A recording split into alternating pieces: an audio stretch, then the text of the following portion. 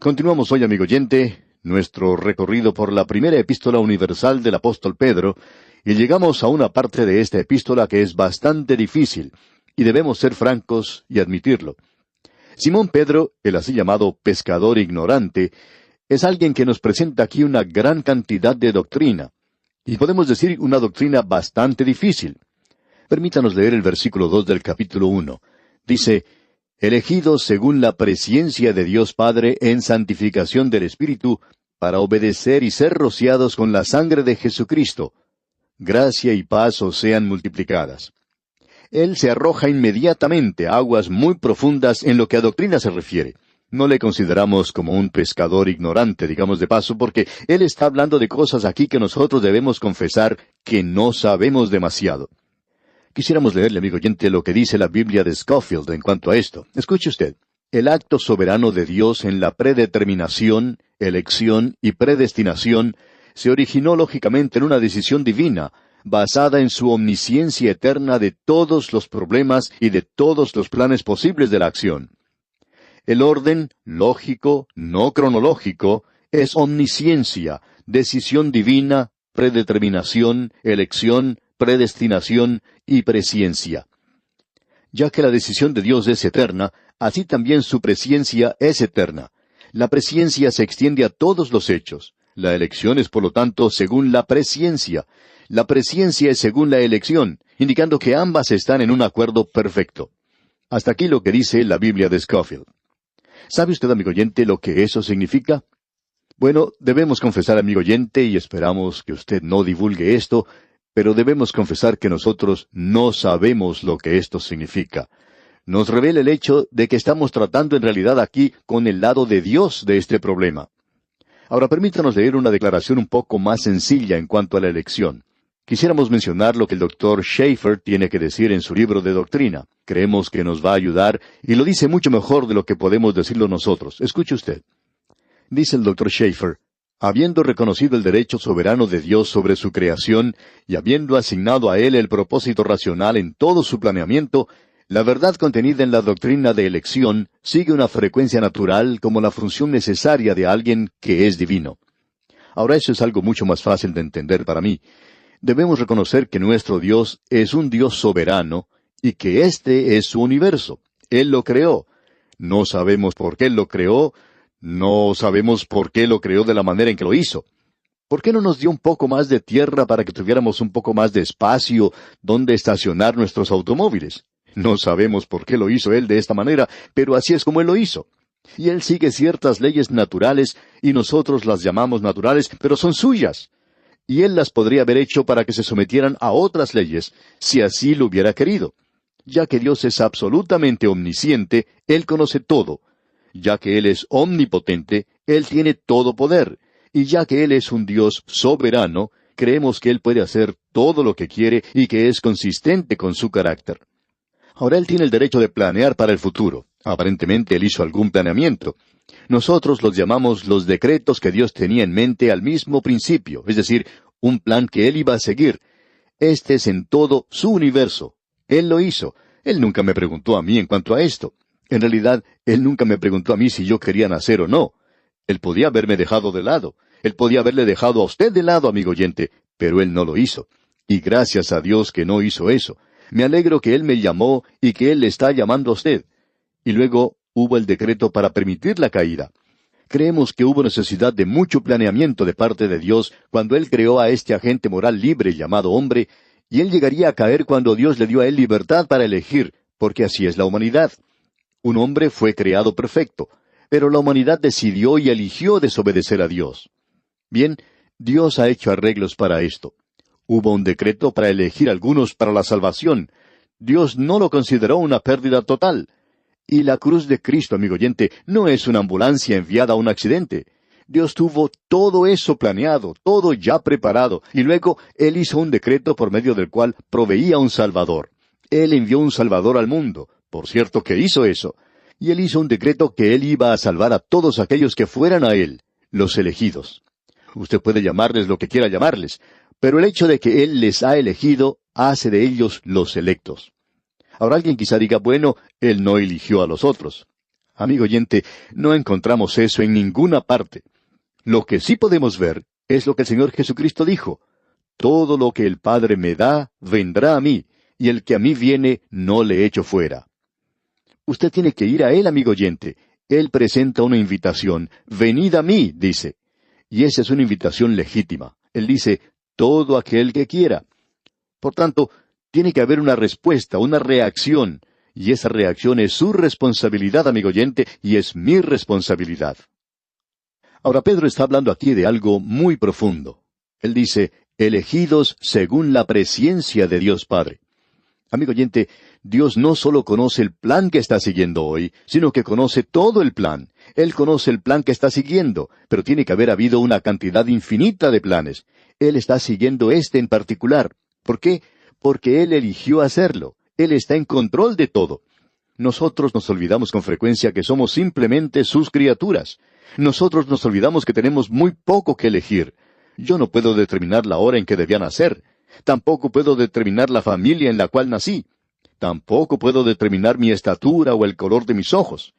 Hay muchas cosas sobre las cuales yo no tuve nada que hacer. Esa es la razón por la cual usted está donde está, amigo oyente, por la gracia de Dios. Usted puede darle gracias a Dios por eso, y nunca tiene que enorgullecerse por eso. Ahora Dios tenía un plan y está desarrollando ese plan. No sabemos por qué criticamos a Dios por hacer eso. Lo que pasa es que pensamos que quizá Él está tratando de hacer algo que no es bueno en la forma en que está desarrollando las cosas. Pero no es así, amigo oyente. Dios es bueno y misericordioso y paciente, y Él quiere salvarnos.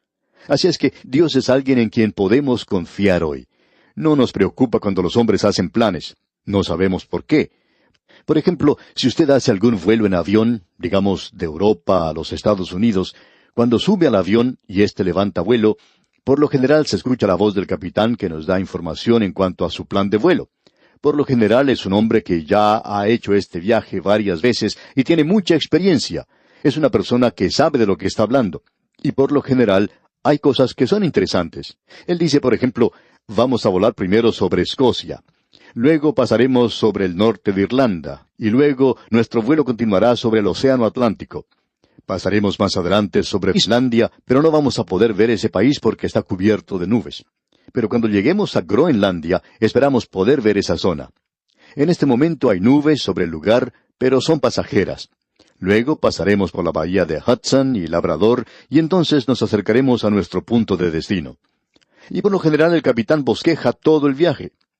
Ahora podemos comparar esto con la presciencia y la elección. El capitán del avión elige o decide dónde va a ir, cómo se va a dirigir a ese lugar, y luego puede ser un viaje muy agradable. Quizá al pasar por Groenlandia el tiempo no sea muy bueno, pero no va a resultar un viaje malo. Y por lo general, lo que él dice es lo que sucede en el viaje. Ahora puede que resulte de otra forma, ya que él es solamente un ser humano. Ahora usted se da cuenta, amigo oyente, que no hay ningún pasajero que se levante y vaya a protestar ante el capitán. No hay nadie que le diga, usted no tiene ningún derecho de planear nuestro viaje. Por lo general, todos están de acuerdo en que el plan es muy bueno.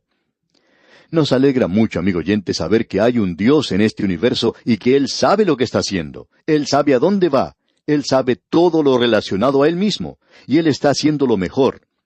Es por eso que decimos aleluya por la elección que es según la presciencia de Dios Padre. Dios es capaz de hacerlo porque Él conoce todo. Ahora el piloto del avión recibe información en cuanto a las condiciones de tiempo y a él se le señala la ruta que debe seguir, pero todo eso podría cambiar durante el vuelo. En cambio, nuestro Dios conoce todo. Él conoce todas las condiciones. Él conoce todo aquello que se puede ver en el futuro y lo que no se puede ver. Así es que usted puede confiar en Él, amigo oyente. Elegidos según la presciencia de Dios Padre. Eso es lo que Dios el Padre ha hecho.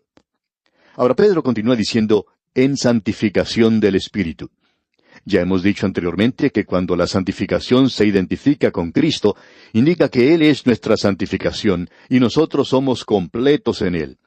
Y nosotros nunca llegaremos a ser mejores cuando lleguemos a la presencia de Dios de lo que somos en este mismo instante, porque nosotros somos completos en Él y somos aceptos en el amado.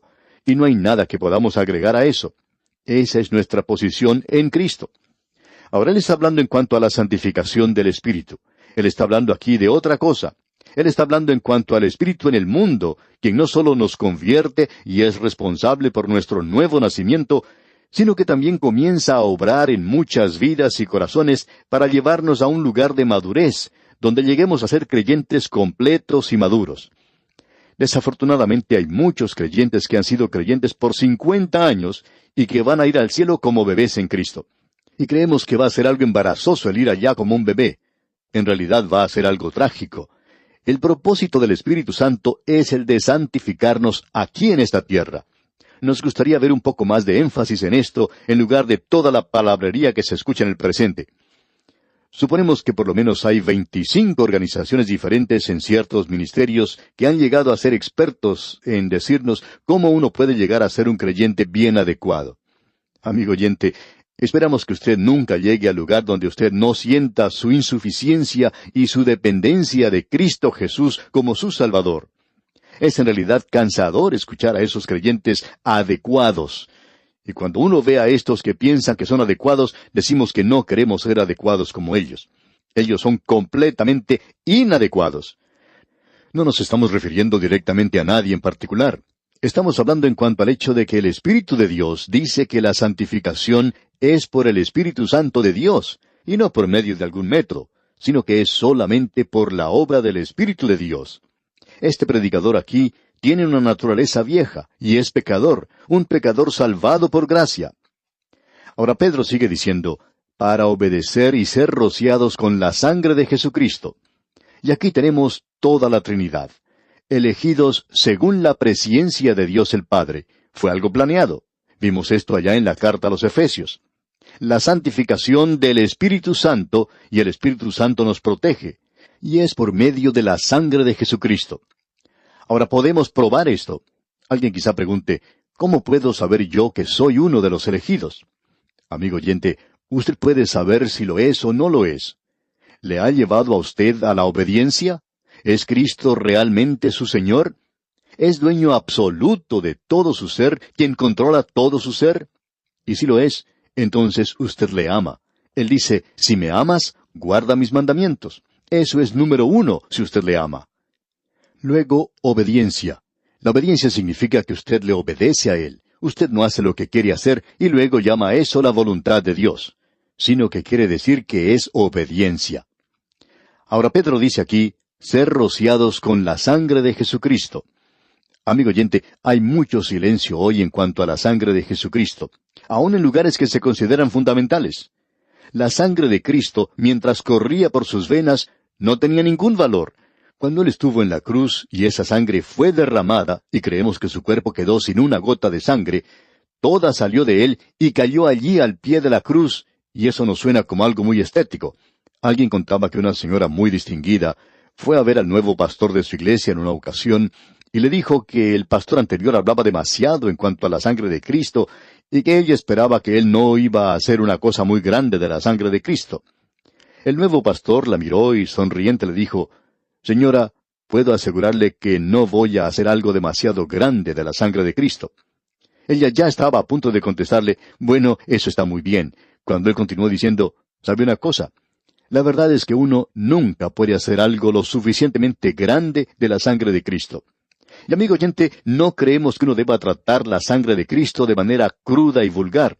A veces se la trata de esa manera, pero amigo oyente, cuando esa sangre fue derramada, Él entregó su vida. La vida de la carne está en la sangre, dice la Escritura.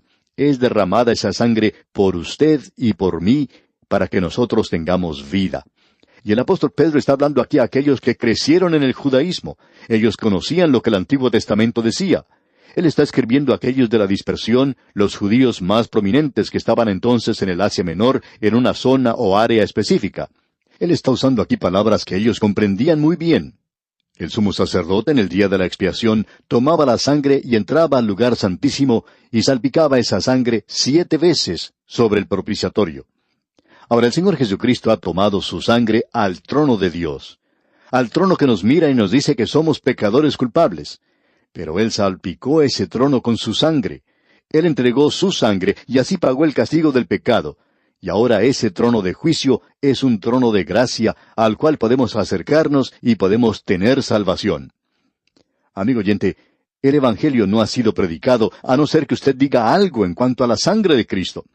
Quizá le ofenda a usted estéticamente, y esa es la ofensa de la cruz.